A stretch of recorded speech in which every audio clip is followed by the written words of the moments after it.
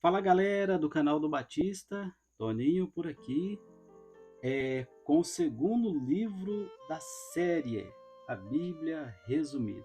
Nós hoje iremos falar sobre o livro do Êxodo. Portanto, comente, curta, compartilhe e nos ajude, tá bom? A expandir mais e mais a palavra do Senhor nosso Deus. Quem escreveu o livro do Êxodo? O livro do Êxodo foi escrito por Moisés, servo do Senhor. O livro do Êxodo tem 40 capítulos. Então, como o livro de Gênesis, é um livro também bem extenso e que demandará bastante tempo para você lê-lo e entender muitas coisas. Vamos lá. Vamos aqui, portanto, ver algumas coisas sobre o livro do Êxodo. O principal personagem desse livro, sem dúvida alguma, é Deus e também o próprio Moisés. O tema principal é a história de Israel, desde a morte de José até a construção do tabernáculo. A palavra-chave é a libertação. E vamos, portanto, aí para o esboço do livro de Êxodo. Vamos lá. Primeiro período, cativeiro. A opressão no Egito, capítulo 1, versículo 7 ao versículo de número 22. Eventos dos primeiros anos da vida de Moisés. Seu nascimento e adoção. Capítulo 2, versículo 1 ao versículo de número 10. A sua intenção em ajudar os seus irmãos. Capítulo 2, versículo 11 ao versículo de número 14. A sua fuga para Midian, capítulo 2, versículo de número 15. Uma questão. Por que Moisés fugiu para Midian? Moisés fugiu para Midian porque ele matou um egípcio. Então o faraó procurou matá-lo e é por isso que ele fugiu. E a palavra do Senhor vai nos dizer no livro de Atos dos Apóstolos, no capítulo de número 7, versículo de número 23, que Moisés ele tinha aproximadamente 40 anos quando ele fugiu do Egito para Midian. Quando ele já estava em Midian, capítulo 2, versículo de número 21 do Êxodo, a palavra do Senhor vai nos dizer que ele se casa, tá bom? Lá na terra de Midian, e no que ele se casa, ele tem agora, portanto, 80 anos de idade. Por quê? Porque no livro de Êxodo, capítulo 7, versículo de número 7, vai nos dizer que Moisés já tinha aproximadamente 80 anos nessa época. Vamos lá, portanto, para o segundo período, período da libertação. Libertação por quê? Porque o povo de Israel, como nação, essa nação ela estava presa no Egito, né? Então ficou mais de 430 anos sendo escrava lá no Egito. Então Deus ele providencia uma libertação para esse povo, cujo líder dessa libertação, não é uma rebelião, é uma libertação, seria Moisés. Então vamos lá, chamado de Moisés.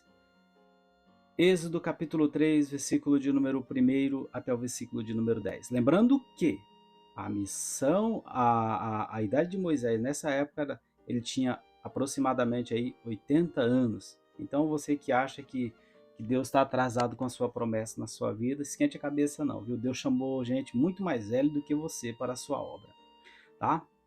A sua missão e capacitação por Deus, capítulo 3, versículo 2 até o versículo de número 22 e capítulo 4, versículo 1 até o versículo de número 9. Como todos aqueles que são chamados por Deus às vezes inventam algumas desculpas, né? Moisés também teve as suas desculpas.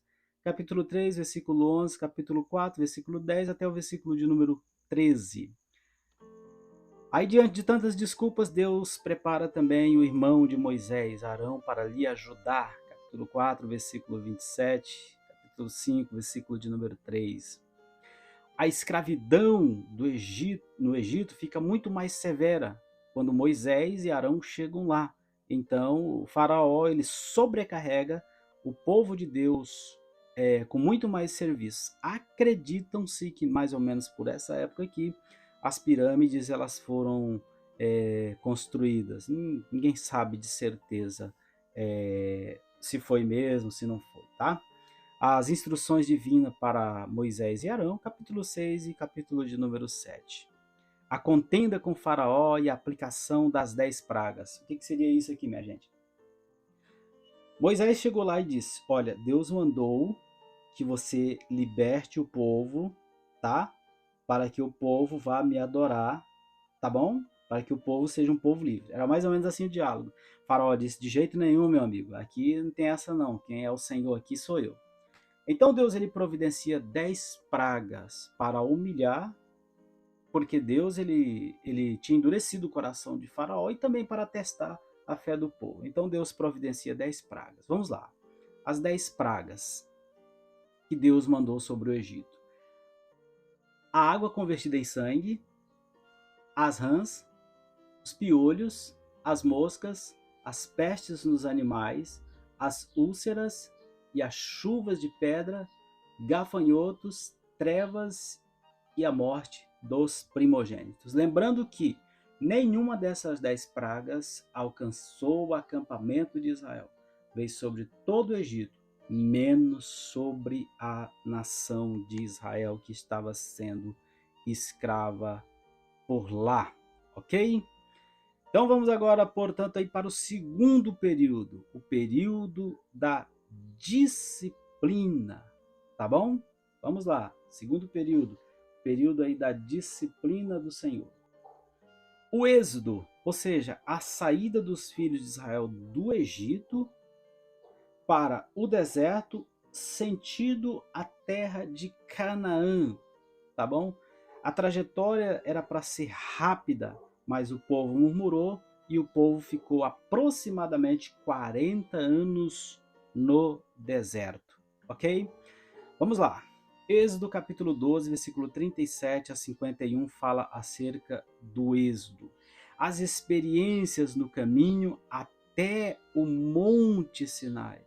Ou seja, são experiências terríveis, como as águas amargas, a passagem pelo Mar Vermelho, as águas amargas, a fome. Todas estas experiências foram incríveis e tipificam claramente a vida espiritual do cristão nessa terra depois de deixar a terra do Egito.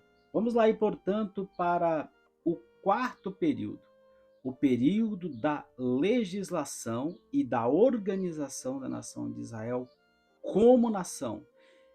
A nação estava liberta, a nação estava pronta, porém a nação não tinha uma constituição. Todas as nações têm a sua própria constituição, e a nação de Israel não tinha uma constituição, ou seja, algo que viesse a reger a vida do povo como nação. Então o povo chega ao Monte Sinai. Isso está no capítulo de número 19, versículo de número 1 até o versículo de número 2. A aparição do Senhor, capítulo de número 19. Aqui, meus queridos, Deus ele aparece para Moisés. Então Moisés ele vai deixar o povo, tá bom? Lá na frente lá do Sinai e vai subir até o Senhor lá no Monte Sinai. Então ele vai demorar um pouquinho, bastante dias lá, tá bom? E ali Deus entrega os 10 mandamentos para a nação de Israel. Pergunta: você sabe quais são os 10 mandamentos? Vamos lá, deixa eu refrescar aqui, portanto, a sua memória. Os 10 mandamentos: não terás outros deuses diante de mim. Esse é o primeiro mandamento. Segundo mandamento: não fará para ti imagem de escultura. Terceiro mandamento: não tomarás o nome do Senhor teu Deus em vão. Quarto mandamento: lembra-te do dia do sábado para o santificar. Quinto mandamento: honra teu pai e a tua mãe. Sexto mandamento: não matarás. Sétimo mandamento: não adulterarás. Oitavo mandamento: não furtarás. Nono mandamento: não dirá falso testemunho. E o 10º mandamento é: não cobiçará as coisas do teu próximo, ou não cobiçar. Então Deus entrega todas estas leis, tá bom? Para Moisés. Mas conforme o relato de nosso Senhor, o nosso Senhor, quando ele veio, alguém perguntou para ele: Senhor, qual é o grande mandamento? O Senhor respondeu: amarás o Senhor teu Deus de todo o teu coração, de toda a tua alma, de todo o teu entendimento. Este é o primeiro e o grande mandamento. O segundo é semelhante a este: amarás o próximo como a ti mesmo. Paulo vai deixar isso claro para nós, capítulo 5, versículo 14 de Gálatas, que toda essa lei, todos estes 10 mandamentos se resume em um só: amarás o próximo como a ti mesmo. Porque se você está amando aquele que você está vendo todos os dias, automaticamente você já amou aquele que você nunca viu. Eu estou lhes falando do Senhor, tá bom? Então Moisés, além de receber esses 10 mandamentos, Moisés vai receber mais um monte de lei, outras leis. Isso está do capítulo 21 até o capítulo de número 24, tá bom? E aí, do capítulo 25 até o capítulo de número 27, tem a orientação para a construção do tabernáculo. Capítulo 28 tem a designação do sumo sacerdote. E no capítulo de número 32, existe a adoração do bezerro de ouro. Antes da adoração do bezerro de ouro, vale a pena nós refrescar sua mente sobre todas as leis que o Senhor Deus passou para a nação. Vamos refrescar sua mente. Leis acerca dos escravos, das propriedades, leis sociais, da justiça e misericórdia, o ano do descanso, as 3 festas que são a Páscoa, Pentecostes e o tabernáculo, tá bom? As ofertas para a construção do tabernáculo, a arca, o propiciatório, a mesa do tabernáculo, tá bom? As tábuas, o véu do tabernáculo, o altar do holocausto, o átrio do tabernáculo, as vestes dos sacerdotes, Urim e Tumim, a consagração dos sacerdotes, o altar do incenso. Aí, quando Deus entrega todas estas leis, capítulo 32, Moisés desce do monte, a nação ela se corrompeu. Então a nação, no que ela se corrompe, a Bíblia Sagrada vai nos dizer que a desculpa do povo é porque Moisés estava demorando. Então, no que Moisés estava demorando, eles constroem um bezerro de ouro. Moisés, ao ver isso, quebra as tábuas dos mandamentos e vai lá e reescreve praticamente tudo de novo. Depois que reescreve que o tabernáculo ele é erguido e todos os utensílios colocado, tá bom? No tabernáculo, então a glória do Senhor vem e desce sobre o tabernáculo. Ou seja, era Deus querendo vir habitar juntamente com o seu povo. Era Deus querendo vir morar juntamente com o seu povo. Lembrando que tudo isso aqui está tipificando a vida espiritual da igreja nos nossos dias. Por exemplo, a escravidão no Egito significa a escravidão da igreja quando ela estava vivendo conforme os rudimentos do pecado deste mundo, tá bom? O Cordeiro da Páscoa significa o Cristo, o Cordeiro de Deus, aquele que tira o pecado do mundo. A multidão mista, do capítulo 12, versículo 38, significa dizer a mistura da igreja mundana com a igreja purificada, tá bom? Ou seja, aquela igreja que tanto faz servir a Deus como não servir a Deus.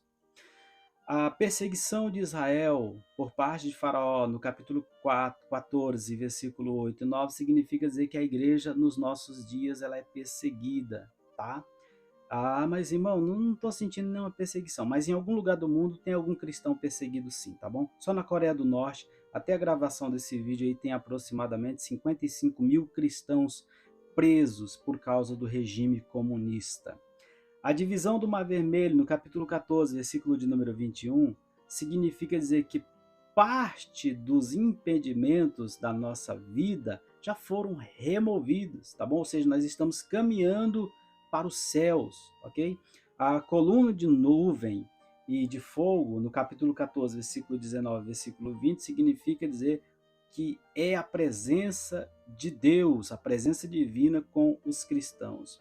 O Cântico de Moisés, no capítulo 15 e no versículo de número 1, no capítulo 15, versículo número 1 até o versículo de número 19, significa dizer que a igreja, ela sempre cantará triunfante sobre o pecado, sobre os desejos da carne e sobre tudo aquilo que antes lhe atormentava. A experiência de Mara, ou seja, das águas amargas ali no capítulo 15, significa dizer que todos os cristãos eles terão um momento de amargura enquanto estiverem aqui por essa terra. Você está pensando que a vida de cristão é só vida de oba-oba? É nada, meu amigo. Haverá um momento que você vai chorar para valer, porque Jesus disse que nesse mundo nós teríamos aflições. As panelas de carnes, do capítulo 16, versículo de número 3, significa dizer que, mesmo sendo igreja de Cristo, haverá momento em que nós sentiremos saudades das coisas lá do mundo. O maná que desceu no capítulo 16, versículo de número 4, significa dizer que Cristo, ele é o pão da vida para nós. A água da rocha significa dizer que no momento de sede espiritual, a palavra do Senhor nos diz que Cristo, ele é a fonte da água da vida. E assim como ele nos sustenta na nossa fome, ele também é suficiente para nos sustentar no momento em que nós estivermos com sede. Ok? Então aqui existe uma tipificação da nossa vida espiritual. Vamos aí para o resumo do livro do Êxodo? Vamos lá. Capítulo 1. Opressão no Egito. Capítulo 2. Os primeiros anos de Moisés. Capítulo 3 a 12. Período da libertação. Capítulo 13 a 18. Período da disciplina. Capítulo de número 19 a 40. Período da legislação e organização. Então vamos resumir o livro do Êxodo. O livro do Êxodo hoje significa para nós, em poucas palavras, para nós como igreja, significa para nós, em poucas palavras, que nós estávamos no mundo sob uma opressão e Cristo veio. Assim como Moisés foi no Egito, Cristo veio e nos libertou, tá bom? De lá para nos levar para um outro lugar. E qual que é esse outro lugar? É o céu de glória. Cristo, ele nos prometeu os céus, se nós permanecermos até o fim. Só que antes de chegar até o céu, nós temos princípios a ver, nós temos princípios a, seguir como cristãos. Nós temos princípios que estão sobre nós e nós devemos observar esses princípios. Quais que são esses princípios? Os princípios deliberados dentro da palavra do Senhor. A igreja, ela não vive como um Zé Ninguém. A igreja, ela tem um dono, e o dono da igreja é o Senhor Jesus. Antes de chegarmos nos céus, nós iremos passar por muitas amarguras, nós iremos passar por muito sofrimento, nós iremos passar por muitos desertos, mas uma coisa é claro, o nosso Senhor nos diz: eu estou convosco todos os dias até a consumação dos séculos. Ok? Então esse é um resumo aí do livro do Êxodo, tipificando aí, portanto, algumas coisas aí para a nossa vida espiritual, tá bom? Que Deus nos abençoe no nome do Senhor Jesus. Eu espero que você tenha entendido alguma coisa e algumas comparações com a nossa vida espiritual aí. E peço para você, por favor, compartilhe esse trabalho e ajude-nos a alcançar muito mais pessoas para o reino de nosso Senhor. Ative o sininho de notificação para que o YouTube te entregue o material aí na hora que nós publicarmos. Que Deus te abençoe, um forte abraço e vamos nos ver logo, logo, se Deus quiser, no livro de Levíticos. Forte abraço e até lá.